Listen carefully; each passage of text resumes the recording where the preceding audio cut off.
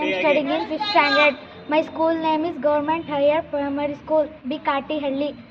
Now I am tell about Bannerughatta National Park.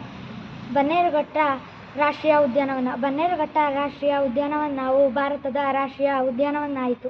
ಇದು ಕರ್ನಾಟಕದ ಬೆಂಗಳೂರಿನ ಸಮೀಪದಲ್ಲಿದೆ.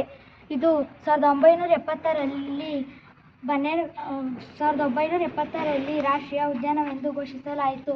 2002ರಲ್ಲಿ ರಾಷ್ಟ್ರೀಯ ಉದ್ಯಾನವನದ ಸಣ್ಣ ಭಾಗವು ಪ್ರಾಣಿಶಾಸ್ತ್ರದ ಉದ್ಯಾನ ಬನ್ನೇರುಘಟ್ಟ ಜೈವಿಕ ರಾಷ್ಟ್ರೀಯ ಉದ್ಯಾನವನವಾಯಿತು. ಇದನ್ನು ಇಂಗ್ಲಿಷ್ನಲ್ಲಿ ಬನ್ನೇರುಘಟ್ಟ ನ್ಯಾಷನಲ್ ಪಾರ್ಕ್ ಎಂದು ಕರೆಯುತ್ತಾರೆ. ಇದು 65,127.5 ಎಕರೆ ಅಥವಾ 260.51 ಕಿಲೋಮೀಟರ್ ವಿಸ್ತೀರ್ಣ ಹೊಂದಿದೆ. ಈ ಉದ್ಯಾನವನದಲ್ಲಿ ಸಸ್ಯವರ್ಗ ನ್ಯಾಚುರಲ್ ವೆಜಿಟೇಷನ್ ಈ ಪ್ರಕಾರವಾಗಿದೆ: ಶ್ರೀಗಂಧದ ಮರ, ಬೇವು, ಬಿದಿರು, ನೀಲಗಿರಿ, ಲೆಚೆರಾ, ಓಲಿಯೋಸಾ, ಟೆಮಿನಾಲಿಯೋ, ಟೊಮೊಟೊನಾ, ಟಿ ಅರ್ಜುನ, ಗ್ರೇವಿಯೋ, ಟೆಲಿಫೋಲಿಯೋ, ಸ್ಯಾಟಲಮ್ ಆಲ್ಬಮ್, ಬೊಹಿನಿಯೋ, ಪರ್ಫ್ಯೂರಿಯೋ.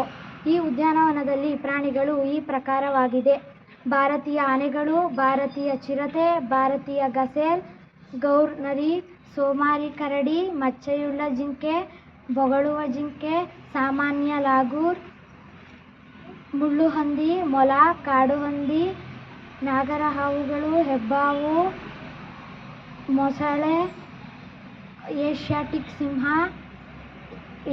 ಸಿಂಹ, ಕೃಷ್ಣಮೃಗ, ಭಾರತೀಯ ತೋಳ, ಪೆಲಿಕನ್ ಕ್ರೈಟ್, ಹಿಮಾಲಯದ ಕಪ್ಪು ಕರಡಿ, ಹೊಟ್ಟೆಕತ್ತೆ ಕಿರುಬು, ಇತರ ದೇಶಗಳ ಪ್ರಾಣಿಗಳಾದ ಜಿರಾಫೆ, ಆಮಂಡ್ರಿಯಾಸ್, ಬಾಬೂನ್ ಕೂಡ ಇವೆ. ಈ ಉದ್ಯಾನವನದಲ್ಲಿ 101 ಜಾತಿಯ ಪಕ್ಷಿಗಳು ದಾಖಲಾಗಿವೆ.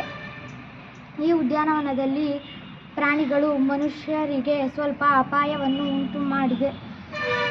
ಈ ಆಗಸ್ಟ್ 2012ರಲ್ಲಿ ಒಬ್ಬ ವ್ಯಕ್ತಿಯನ್ನು ಆನೆ ತುಳಿದು ಕೊಂದಿತು. ನೀವು ಬೊಗಳುವ ಜಿಂಕೆ, ಹಿಮಾಲಯದ ಕರಡಿಯನ್ನು ನೋಡಬೇಕೇ? ಬೇಸಿಗೆ ರಜೆಯಲ್ಲಿ ನಮ್ಮ ರಾಜಧಾನಿ ಬೆಂಗಳೂರಿಗೆ ಭೇಟಿ ಕೊಟ್ಟು ಬನ್ನೇರುಘಟ್ಟ ರಾಷ್ಟ್ರೀಯ ಉದ್ಯಾನವನ್ನು ವೀಕ್ಷಿಸಿರಿ. ನಮ್ಮ ರಾಜ್ಯ ನಮ್ಮ ಹೆಮ್ಮೆ. Thank you.